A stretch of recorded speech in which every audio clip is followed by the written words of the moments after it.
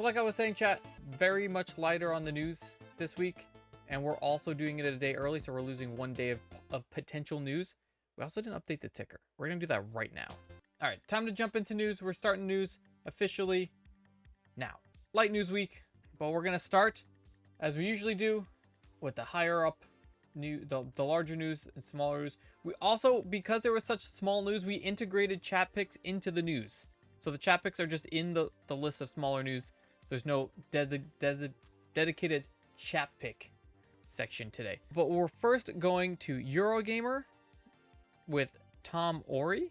Eurogamer. So PUBG Battlegrounds no longer playable on PS4 and Xbox One starting November 13th. That's basically like 3 months exactly from now. Like I said, Tom Ori, Eurogamer. The PUBG Battlegrounds team has announced that the game will cease to be playable on last generation PS4 and Xbox One consoles starting the 13th of November. All development and support for the game will be focused on the PS5 and Xbox Series consoles going forward. The decision was made to ensure players have a more stable gameplay environment, less crashes, and to improve visuals and performance. Transition schedule during the live server maintenances on November 13th, 2005. Not playable. Your existing account data and purchased items will be securely preserved.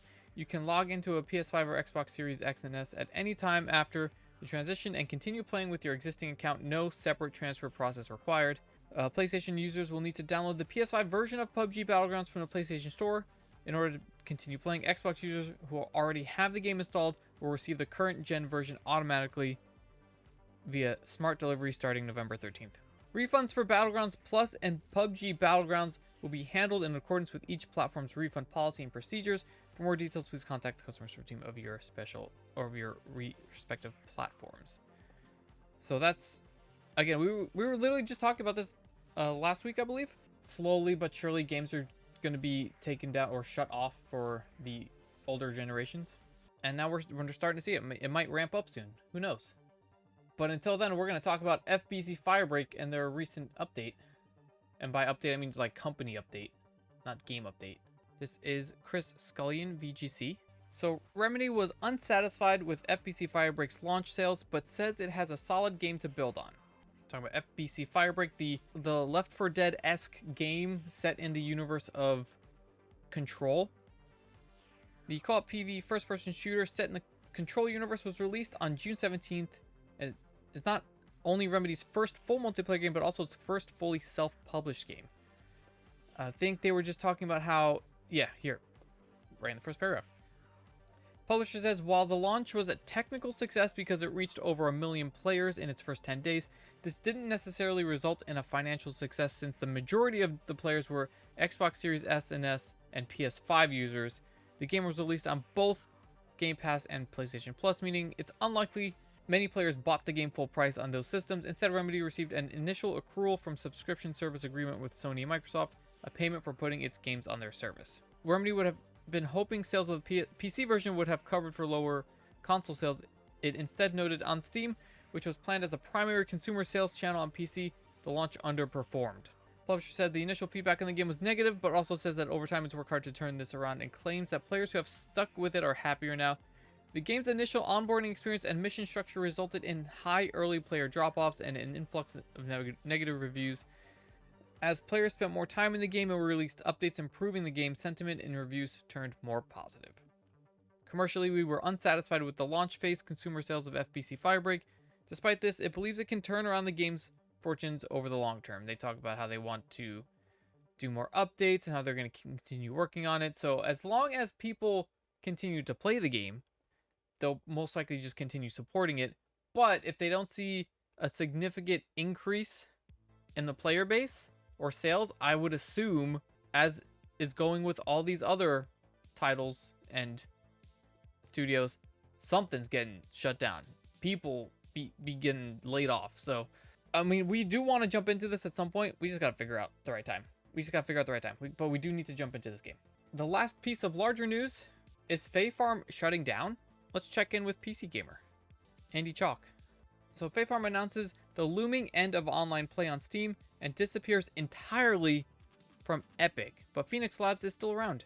There was a recent update The day after the report was published, the Phoenix Labs website returned, and Forte, the studio's owner, said it continues to operate. So it was just, the website was just undergoing maintenance. So Fae Farm, the cozy co-op farming sim released in 2023 by Phoenix Labs, is going offline. A message posted to the game's Steam page says the game will remain playable offline in single-player mode, but will no longer be playable online and will not receive any future updates.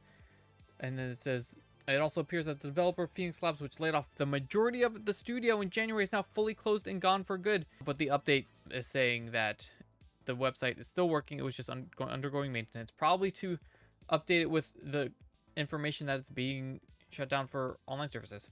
A reason for the end of online support on Steam wasn't provided, but as noted by delisted games, Fae Farm requires a Phoenix Labs account for online play, and that's very likely where the problem lies. It's a safe assumption those will be going away very soon, because now it appears Phoenix Labs itself has now gone away as well. Maybe.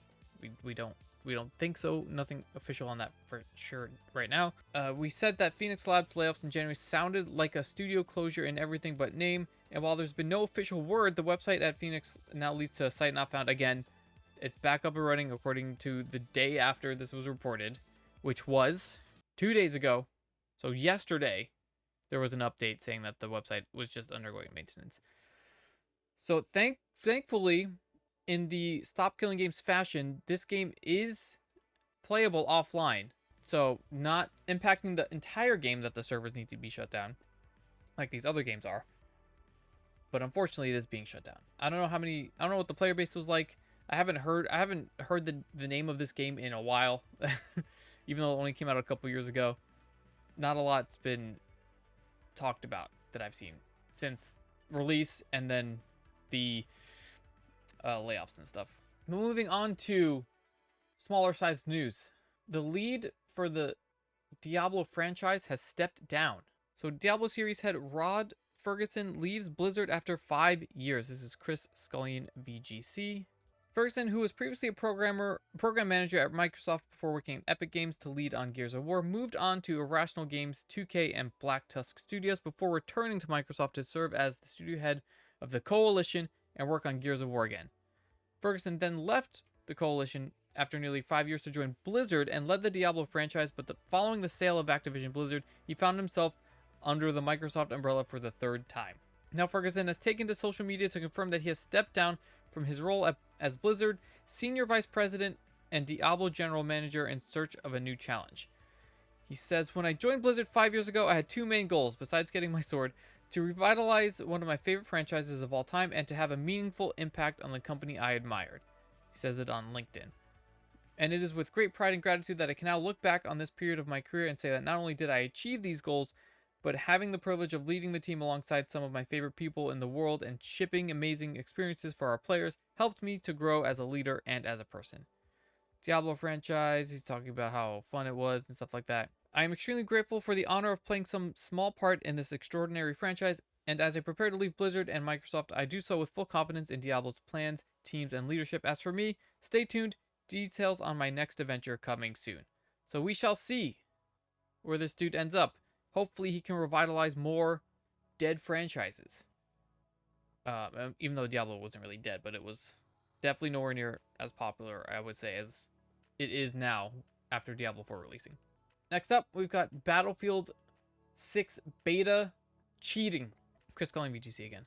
All right, so Battlefield 6 Studio says it prevented 330,000 cheating attempts during its 2 days of open beta early access. That's insane. Players also reported more than 100,000 instances of cheating before the beta became open to everyone. Wild stuff. So the anti-cheating software prevented over 300,000 attempts. The game's open beta was available on early access August 7th and 8th, before opening to everyone on the 9th and the 10th.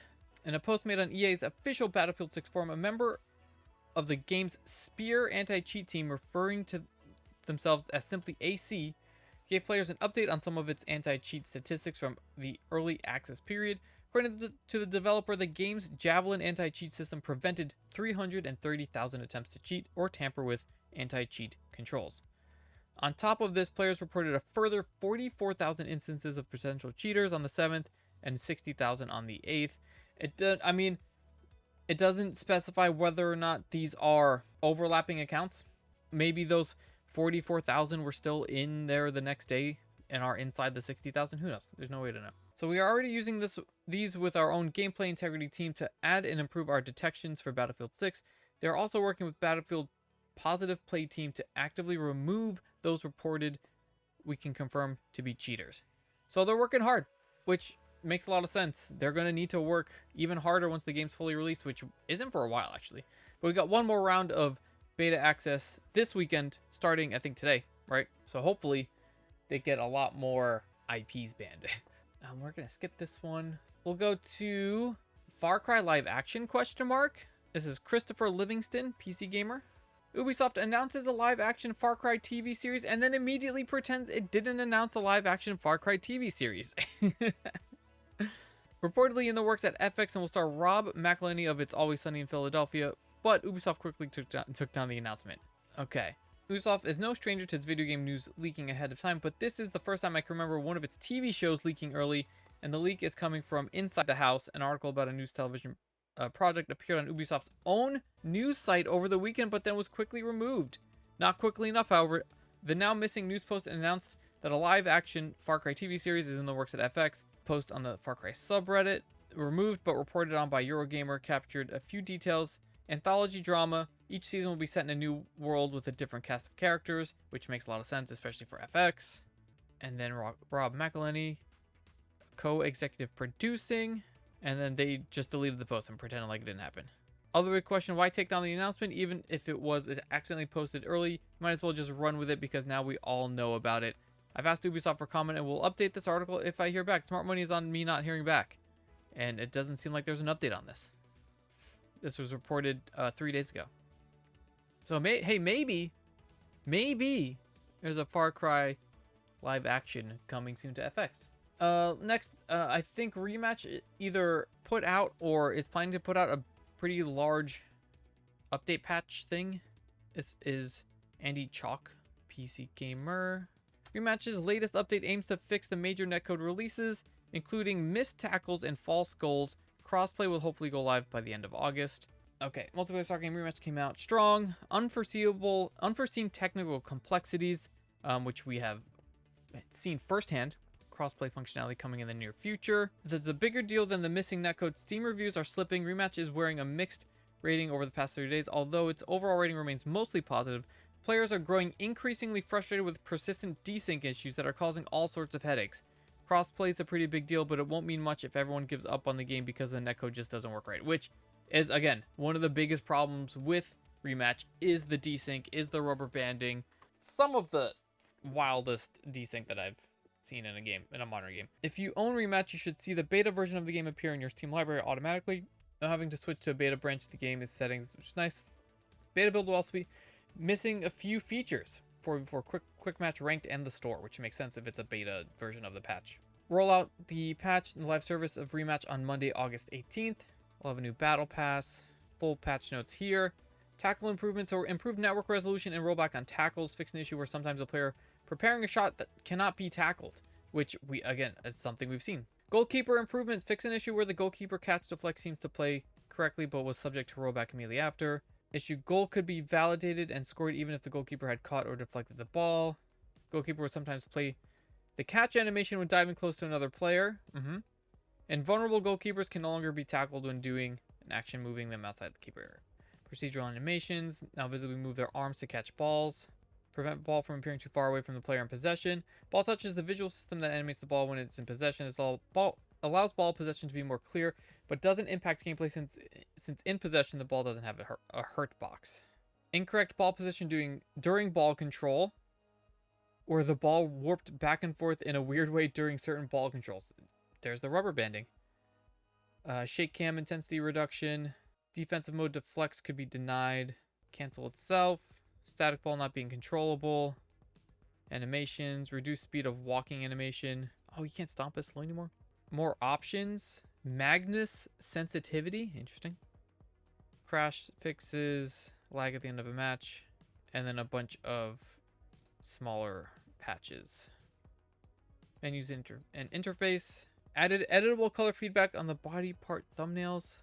Major fixes. Fix the skip feature. Item tiers background. Button remapping. Additions and updates to art and rendering, player card lighting, audio, known issues, and then there's gonna be a lot. So a big update patch. So feel free to check out the link to check out the patch. Next up, we've got another Helldivers Halo crossover tease. Chris Scully, VGC. New Helldivers 2 Xbox trailer seemingly teases a Halo crossover. Still waiting on this to come to Xbox on the 26th. So let's see if this will let me do it. Let's see if we can get this to load.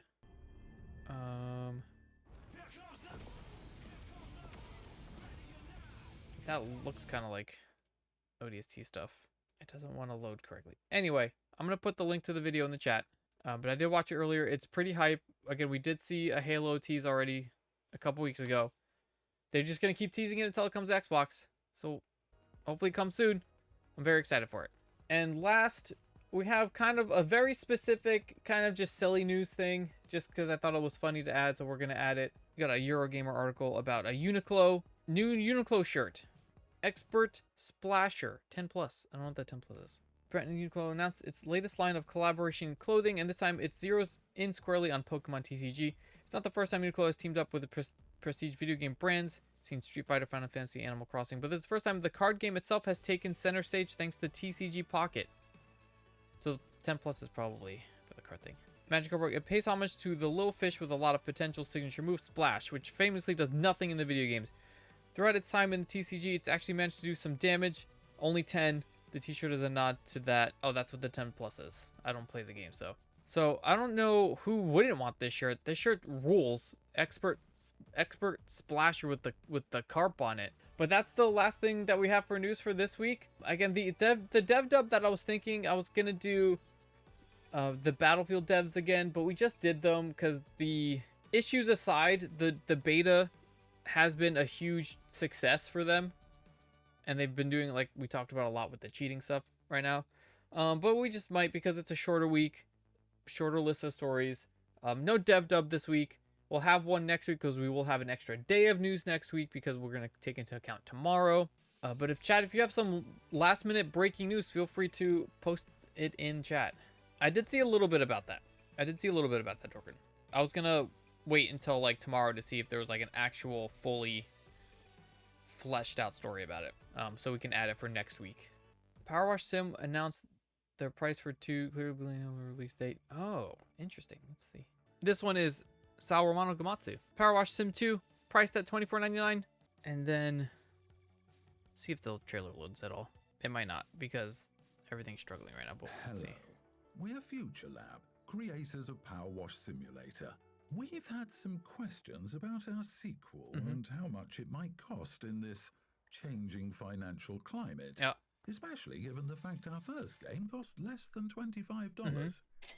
Considering it has a brand new campaign, higher fidelity graphics, split screen co-op, new home-based new equipment, more cosmetic kits, we have arrived at what we believe is a fair decision. It's the same price. Let's go. It's simpler that way. Price announcement, no release date still. Interesting. But yeah, that's actually, in modern day speaking, super reasonably priced. I love it. But that's gonna be it for casual gaming news for this week. Again, we did a little bit early. So we're doing it on a Thursday. Thank you everyone that hung out. Check out the links in the chat, YouTube, Twitter, Discord, TikTok. The short dev dub from last week was put up today. I scheduled it for it to be up today. I didn't check if it actually went up on both TikTok and YouTube Shorts. I'm gonna assume it did. Again, I forgot to check until just now. If it didn't, I'll put it live right now. But thanks everyone that hung out for gaming news on a Thursday. Really appreciate it. Yay.